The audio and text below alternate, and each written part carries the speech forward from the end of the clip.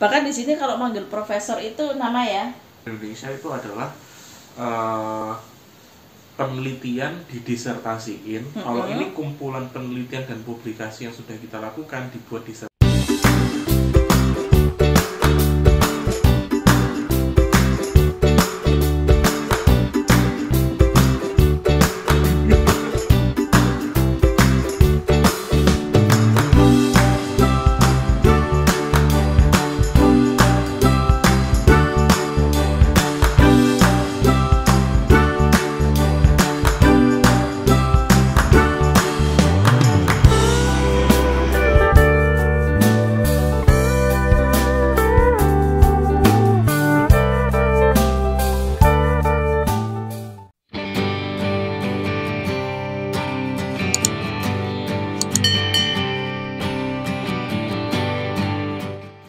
Halo Rek, Assalamualaikum. Ketemu lagi sama Rinda dan Pak Suami di channel Arek Surabaya nang Belgia.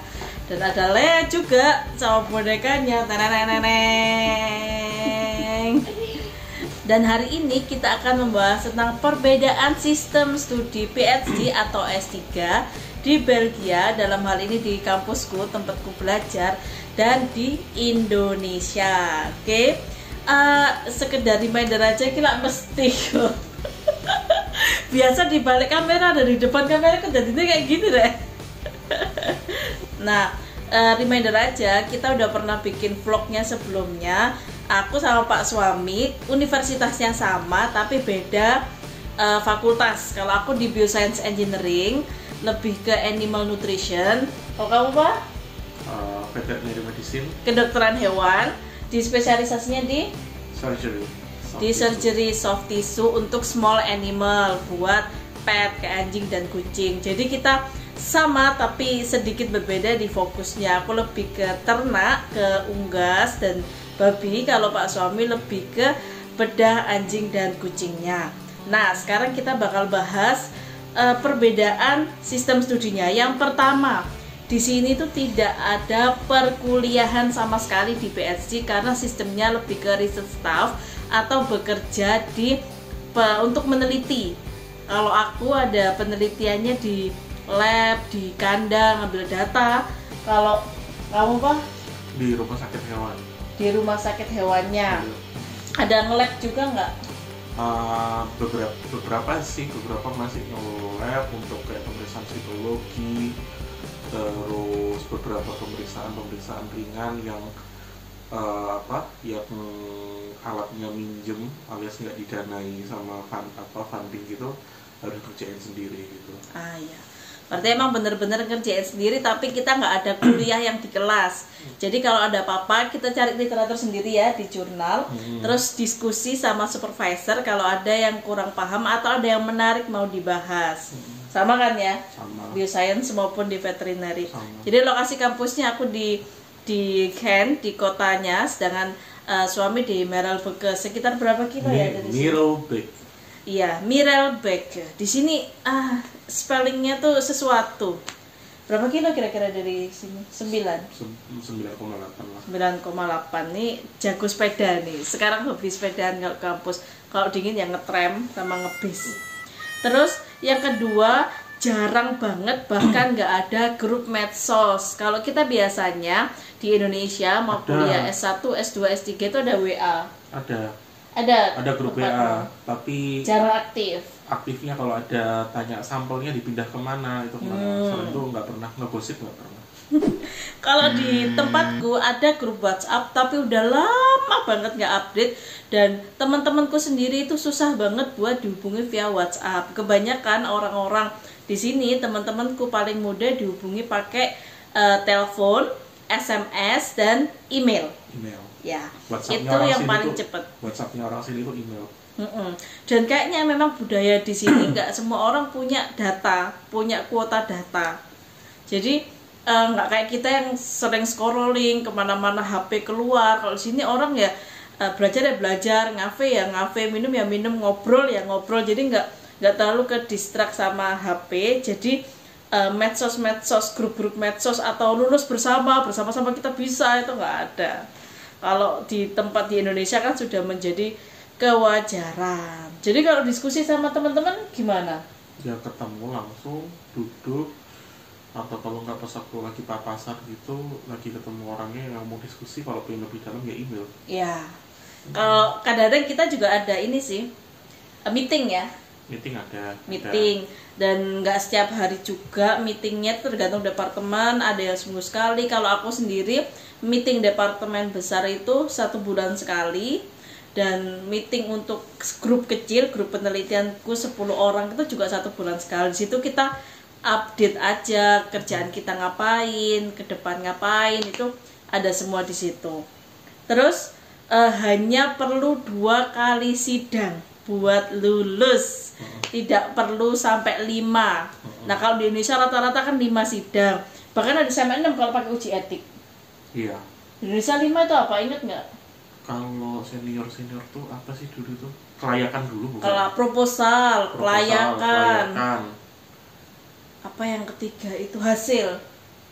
Enggak pakai hasil. Oh iya hasil. Proposal, kelayakan. Lupa yang ketiga, habis itu internal, tertutup, terbuka. Nah kalau kita di Belgia, di Ghent University itu coba 2, internal defense sama public defense. Yang public defense itu kalau aku dengar cerita itu lebih ke formalitas. Nah yang sidang sesungguhnya itu di internal defense-nya itu. Hanya 2 kali untuk lulus PhD. Nggak perlu proposal-proposalan, semua bentuk penelitian itu dibicarakan internal secara spesifik, sama secara secara fokus itu sama supervisor aja. Karena bedanya kalau di Indonesia itu adalah penelitian didisertasiin. Kalau ini kumpulan penelitian dan publikasi yang sudah kita lakukan dibuat disertasi. Iya. Makanya bedanya di situ. Makanya Indonesia tuh ibaratnya kayak mau bikin disertasi tuh kayak mau bikin satu penelitian. Iya. Jadi beda banget gitu. Publikasinya kalau di Indonesia kan di belakang. Nah kalau kita dari awal kita di sini itu sudah ke penelitian, publikasi. Jadi publikasi itu udah jalan. Tapi satu bidang, jadi linear dengan bidang tema tesis disertasi kita. Nanti kalau sudah waktunya lulus atau supervisornya sudah mengatakan udah waktunya lulus, jadi kita menghimpun semua penelitian dan semua publikasi yang pernah kita lakukan, dihimpun jadi satu disertasi. Beda di situ. Kalau di Indonesia biasanya ada beberapa universitas yang masih disertasi itu yang dipublikasikan. Nah, buat syarat lulus itu yang kadang-kadang tuh memperlama. Akhirnya sudah lama di penelitian dan disertasi, terus masih nunggu publikasinya. Akhirnya lama nggak wisuda. Kalau di sini sudah publikasi banyak, ada yang minimal 1, ada minimal 2, bahkan ada yang unlimited. Kayak di grupku kayaknya unlimited, kok teman-temanku bisa lulus 9 paper atau beberapa paper tuh baru bisa lulus tuh. Terserah supervisornya. Kalau dianggap satu topik itu sudah utuh untuk bisa dijadikan disertasi, ya kita tinggal menyusun disertasi dari hasil penelitian itu, kemudian disidangkan. Jadi satu topik fokus. Setelah sidang, ya udah langsung lulus, jadi bergelar doktor. Dan gitu. nggak pakai wisuda. Iya. Entah kayaknya itu S3 tuh nggak pakai wisuda ya. Entah karena pandemi atau kita nggak tahu aja. Nanti kita akan update yang wisuda. Kalau master itu pasti ada wisudanya, jadi kayak wisuda pada umumnya berkumpul di gedung kayak gitu pakai toga. Kalau yang PhD sejauh ini kita belum tahu tentang wisudanya. Jadi kebanyakan setelah lulus public defense itu ya sudah sah sebagai doktor, dan kemudian berapa minggu kita sudah bisa dapat ijazahnya untuk dibawa pulang gitu teman-teman.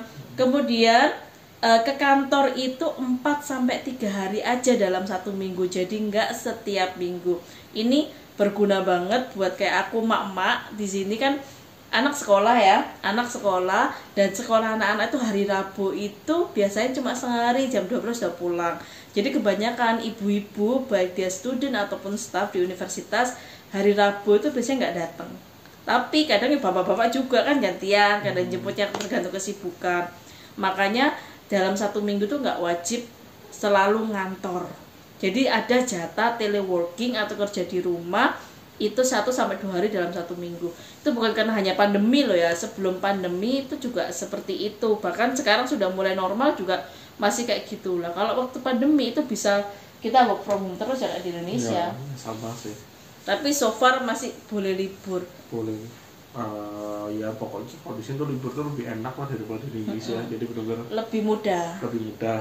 Yang penting konsultasi ngomong dulu. ya, Kalau terjadwal. sakit pilek itu bisa lebih lama lagi nggak masuk. Ya, nah kalau sakit itu sampai bisa 2 minggu. Soalnya di sini obat-obatannya nggak obatan antibiotik tuh nggak mudah dikasih, jadi lebih ke healingnya tuh istirahat. Apapun sakitnya, Paracetamol obatnya. Jadi nanti yang baru mau datang ke sini ya bawa obat-obatan ya. Iya. Balik lagi ke budaya. Kemudian ada well planned, jarang lembur. Jadi kerjaannya tuh terjadwal, tertata, terbagi. Jadi kalau kita datang jam berapa? Jam 8, jam 9, itu jam 3, jam 4 udah pulang. Atau bahkan kalau sebelum jam itu kerjaan kita kelar, ya pulang. Dan jarang banget ada yang lembur. Bahkan kayaknya sejauh ini aku nggak ada. Jam 5 itu udah pulang. Oh, pernah lembur kalau penelitian kan? Kalau Kamu dulu penelitian sampai nginep ya? Sampai nginep. Terus roommateku itu senengannya, nggak tahu mungkin karena single ya, jadi pekerjaan itu diselesaikan sampai jam 7 atau jam 8 terus dia pulang. Tapi kalau udah pulang, ya udah dia nggak akan ngurusin kerjaannya gitu. Paling cuma standby on call kalau misalkan dia datang opname, ada pasien dia standby on call. Kalau itu sih dokter di mana aja sama aja sih. Ya, soalnya suamiku di bidang pelayanan. Nah, kalau aku lebih ke ternak, memang beda urgensinya itu berbeda. Itu pun jarang banget kalau waktu penelitian kan occasional ya. Kalau sehari-hari asalkan pekerjaan kita udah selesai, pulang tuh nggak masalah, yang penting kerjaan udah selesai. Dan jarang lihat orang yang libur sampai gila-gilaan sampai tengah malam. Bahkan nggak peduli supervisor itu masih ada di kantor atau enggak, kalau kita mau pulang aja. Jadi nggak ada habit-habit tentang harus nunggu supervisor yang pulang dulu baru kita pulang, nggak ada. Kemudian manggil supervisor, iya nggak gitu ya. Kan nggak selalu. Ada beberapa yang moderat, yang udah konvensional udah bagus. Jadi tergantung personalnya. Bahkan di sini kalau manggil profesor itu nama ya. Nah, aku diketawain dulu. Soalnya pertama-tama manggil tuh Prof Tit gitu ya, Prof gitu ya. Dia kamu ngapain manggil aku Prof? Yang manggil aku Prof cuman satu mahasiswa S1, mahasiswa S1 sama klien ya. Kau manggil nama aku aja, aneh tahu gitu katanya. Jadi kalau masih mahasiswa S1 ternyata malah manggilnya masih Prof. Kalau nggak Mevro. Oh, Mevro itu nyonya. Nyonya ya. Atau ibu lah. Ibu ya kayak bu. Kalau di kampus kan biasanya Bu Sapa. Miss gitu. Kayak gitu. Nah, kalau sudah PhD itu lebih dianggap sebagai rekan kerja karena staff. Jadi manggilnya tuh bener-bener namanya. Itu pun nggak pakai Mister, nggak pakai Miss, bener-bener namanya. Kalau orang Jawa bilang rodok jangkar gitu lah. Tapi ya sopan. Umum, tapi itu sopan. Meskipun manggilnya itu jangkar, manggilnya itu cuma nama depannya aja, tapi tetap unggah-ungguhnya jalan. Kayak anggaplah nama supervisorku Thomas gitu. Thomas, terima kasih bantuanmu. Saya akan bekerja di tanggal sekian sampai sekian. Terus saya libur tuh biasa banget. Jadi nggak ada iwu-iwuan, dan mereka juga bekerja sesuai track. Kalau ngasih instruksi kerja jarang banget ngasih perintah, tapi ngasih menawarkan.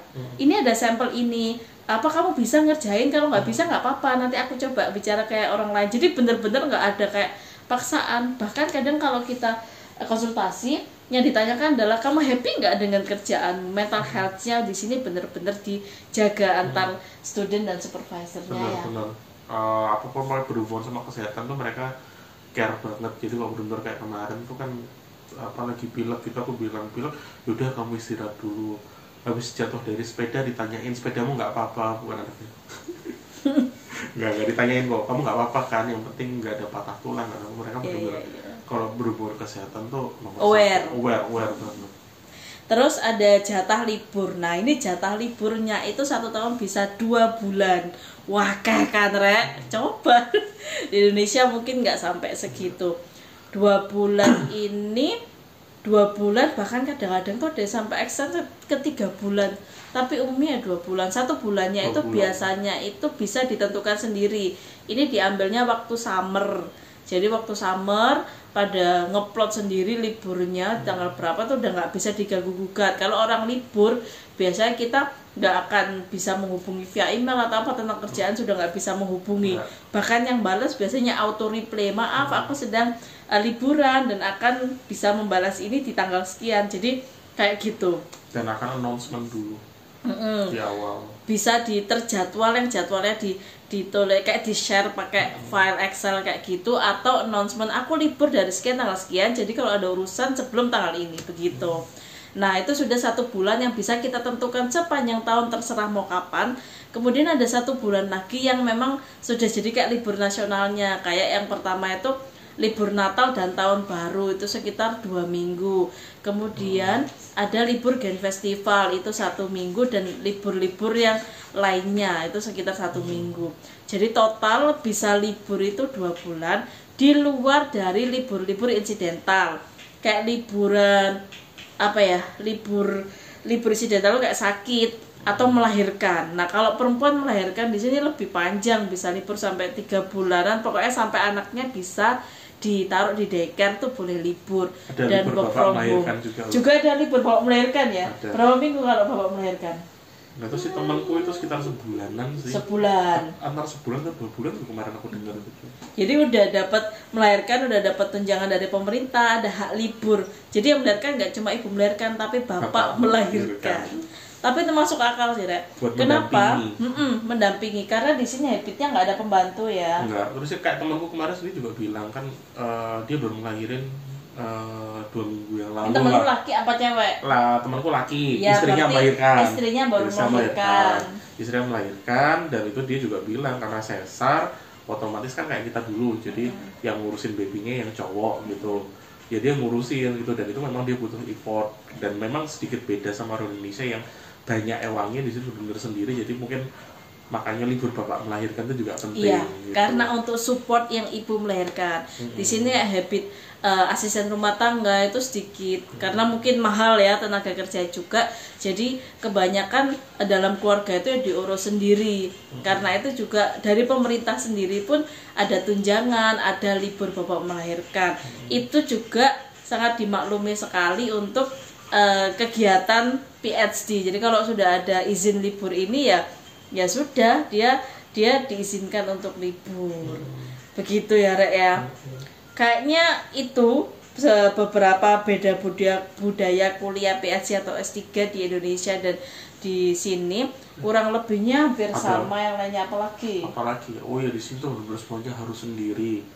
Mandiri. Lemari rusak benerin sendiri, laptop rusak benerin sendiri, HP kalau HP masih ada cuman mahal banget ya. Kemarin kita servis berapa? 50 euro ya. Ini habit PhD-nya, Pak. Oh, habit PhD-nya ya. Sekolahnya, Pak. Sekolahnya dulu. Ya udah, kalau kehidupan nanti ya.